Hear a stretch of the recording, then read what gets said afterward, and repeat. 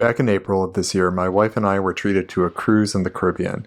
I was super grateful for the experience and for the opportunity to take photos. And my amazing wife got me a new lens, the Voigtlander 40mm Ultron. So a cruise, amazing wife, new lens, and some film. This video will have a little bit of everything. Lens design has come a long way in terms of sharpness, and I'm really impressed with this lens in particular. The ship had a really nice sunrise that morning, and the lens rendered the color and detail really well on these Fuji 200 frames. Focus with this lens is entirely manual, so no autofocus. I'm used to this, and if you've ever used a 35mm film camera, you might be as well, but it does feel really smooth on this lens in particular. So a bit of a rundown.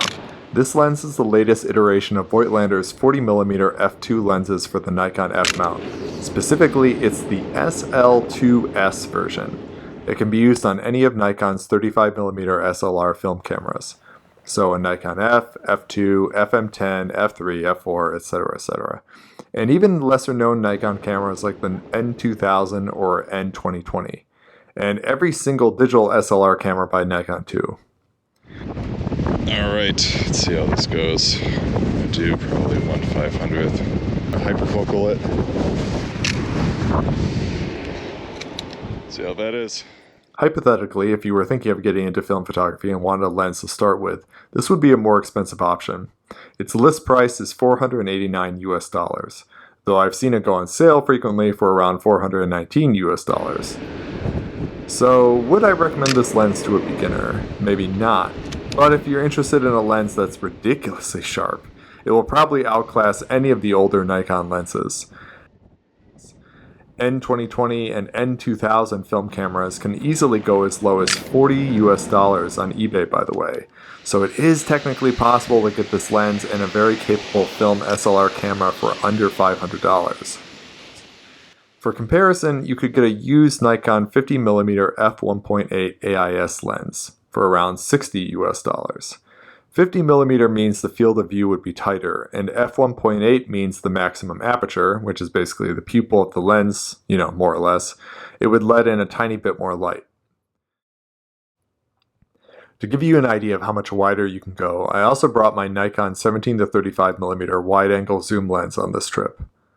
I've had this lens for years, and it's also one of my favorites. Back when I was on the ship, I took a break from the Ultron one night to use this lens instead. Alright, switch to the 17-35. Lighting is really different up here at night.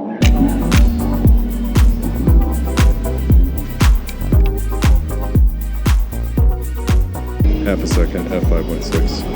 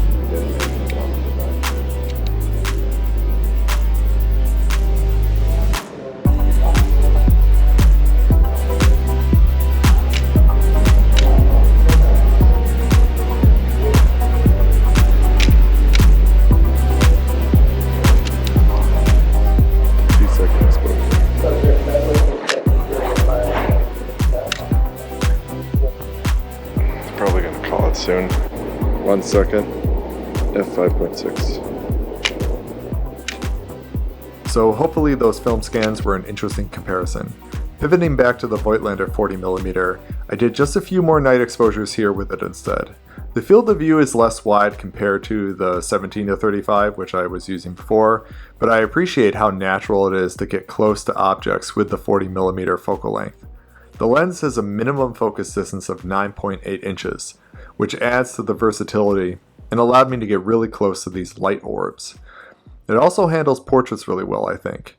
Here's my beautiful wife getting ready for Captain's Night, aka fancy dinner party on the ship. I was pretty happy with the focus on those images, but sometimes on this trip I missed focus completely. Honestly, this is the only downside I've noticed with this lens. Wide-angle lenses on SLR cameras have tricked my eyes in the past when it comes to focus, but for some reason with this lens, it seemed to happen more often.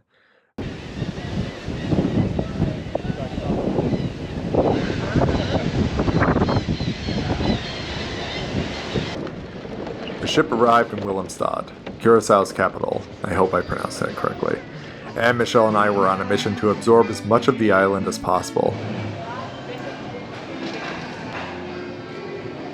So back to using the Voigtlander 40mm here, and again the sharpness is just crazy to me. It's really impressive to see this much detail in the corners of the frame. Now would this matter if you were just posting these images to Instagram? Probably not. But if you ever do intend to print your work, this kind of sharpness is really helpful, especially if you print a lot bigger. So here's another cool aspect about this lens. There's a thing in photography called the hyperfocal distance. On this lens and many vintage lenses, you can set the hyperfocal distance in combination with the corresponding aperture by placing the infinity symbol on one of the little colored notches here.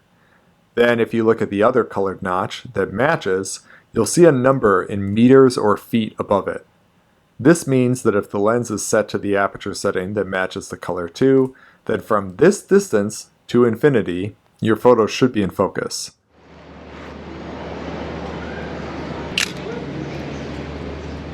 In practice, this means you don't need to waste time focusing and can just press the shutter if you feel the moment is right.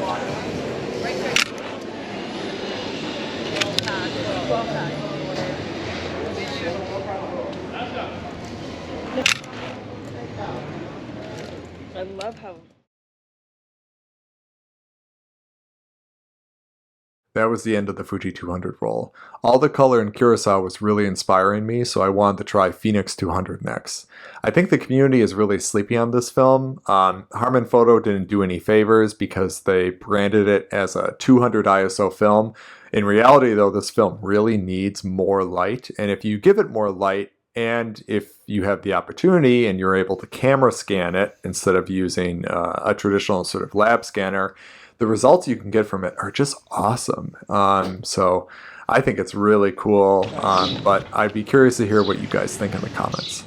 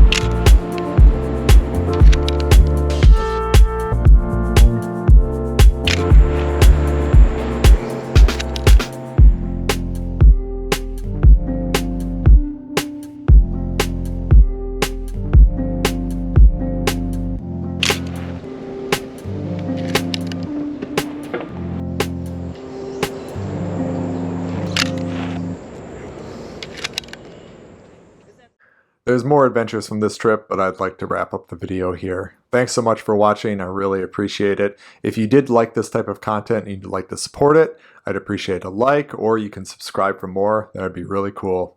All right, guys, have a good one. Peace.